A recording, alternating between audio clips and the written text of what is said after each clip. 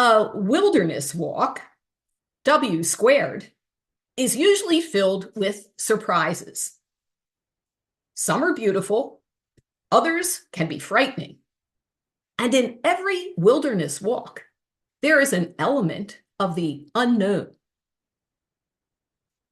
Last week, Terry Shields gave John the Baptist a shout out. Well, today, Jesus does. John was a wilderness guy. And in this morning's gospel, Jesus spoke about John's prophetic role there. Each one of us also has a prophetic gift, the gift of embodying the divine in our own unique way. In the words of scripture commentator Bruce Epperly, we are to be prophets in our own circles, living toward a vision of wholeness and equity. That is, shalom.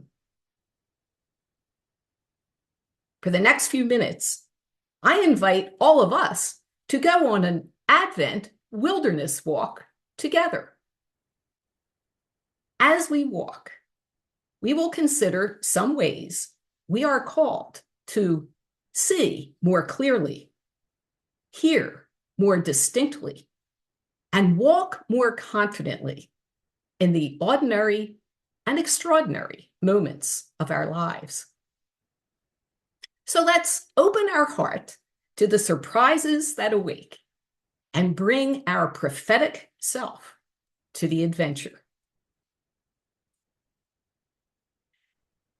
Let's step off by asking ourselves, what are we hoping to see more clearly, both in the difficult and joyful parts of life?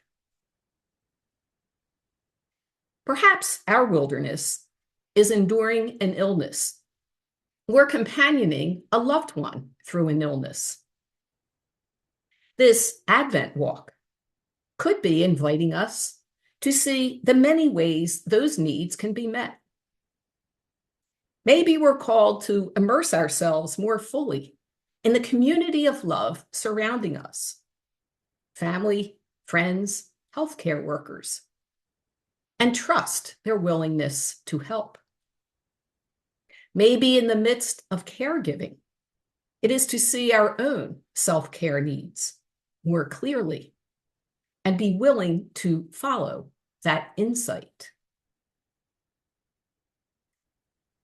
If we're in the painful wilderness of grief, whether because of the death of a beloved family member or friend, or a dear animal friend, the loss of a cherished relationship, a change in employment or place of living, we seek a healthy way to navigate that path. This wilderness of grief happened to one of our neighbors, a young woman around 30 years old, when she lost her job several months ago. She has been struggling to find work ever since, despite having been a finalist a few times. She recently told me that to deal with this challenging time, she decided to surround herself with several women who have a positive and hopeful approach to life. She came to see her need for emotional support, took the steps to make it happen, and has been reaping the benefits of that supportive embrace. The experiences I just mentioned were difficulties, but there's also beauty in the wilderness, where we may hope to see more clearly how to enjoy the simple things in life. During this part of our walk, I want to share an experience Stan and I had last weekend. We went on a Santa's Polar Express train ride with our 4-year-old twin grandsons, Mikey and Carson, and their parents. It was so much fun to see the magic of Christmas through their eyes. They were all smiles as they savored tasty hot chocolate and chocolate chip cookies in the railroad yard beforehand. They loved the train ride and were mesmerized by all they saw out the window. It was so cute to see the two of them press their noses against the window pane and gaze at the changing landscape of trees and bushes, rocks and hillsides, farms and houses, sheep and horses. During the ride, Santa visited them a couple of times, giving each of them a little stuffed bear and a coloring book. It was precious to see them happily talking with Santa and bursting with excitement over these simple gifts.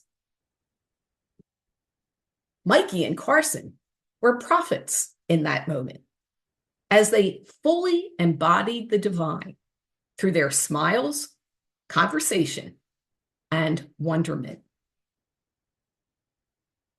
Seeing more clearly in times of difficulty and beauty is truly a gift of the wilderness walk.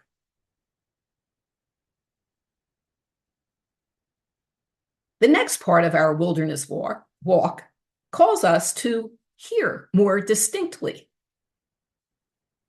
This is a time to look tenderly and lovingly into our heart, to quiet ourselves and listen to the stirrings of gratitude, invitation, and longing. As prophets, we are all called to listen to the voice of wisdom within and among us, and to enflesh the wisdom we find there in our daily lives. When I ponder the voice of wisdom among us, I think of Mary Lefevre, who was a prophet to me in brownies at age 8. She continued to call me as an adult to listen more deeply to the voice within. And because of that, I am here as a priest in our community. Mary also embodied the divine through her leadership in Montessori education and her work for racial equality. Thank you to Mary for walking in the wilderness with me and so many others, and for your prophetic ways of being. Let's each ask ourselves, who are the special prophets in our life who call us to hear and listen more closely to the voice of love and wisdom?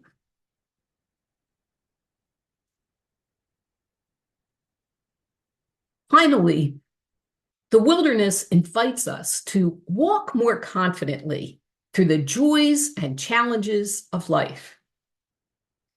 Although we as individuals walk in the wilderness, it is at its heart a communal walk.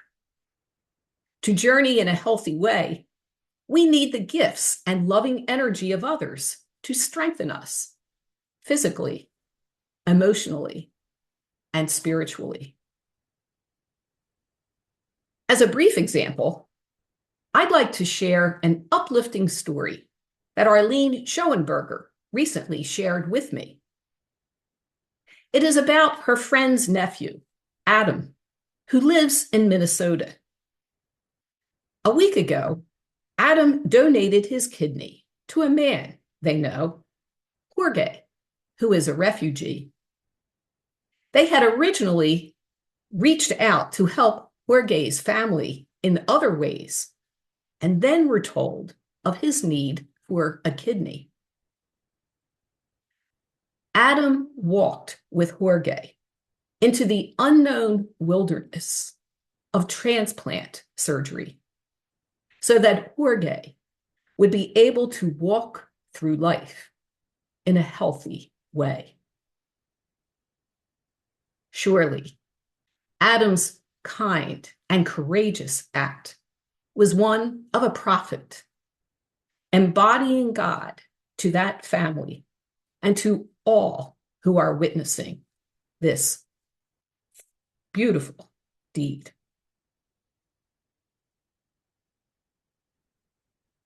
As we walk through the third week of Advent, let us remember the shalom that seeing more clearly, hearing more distinctly, and walking more confidently brings.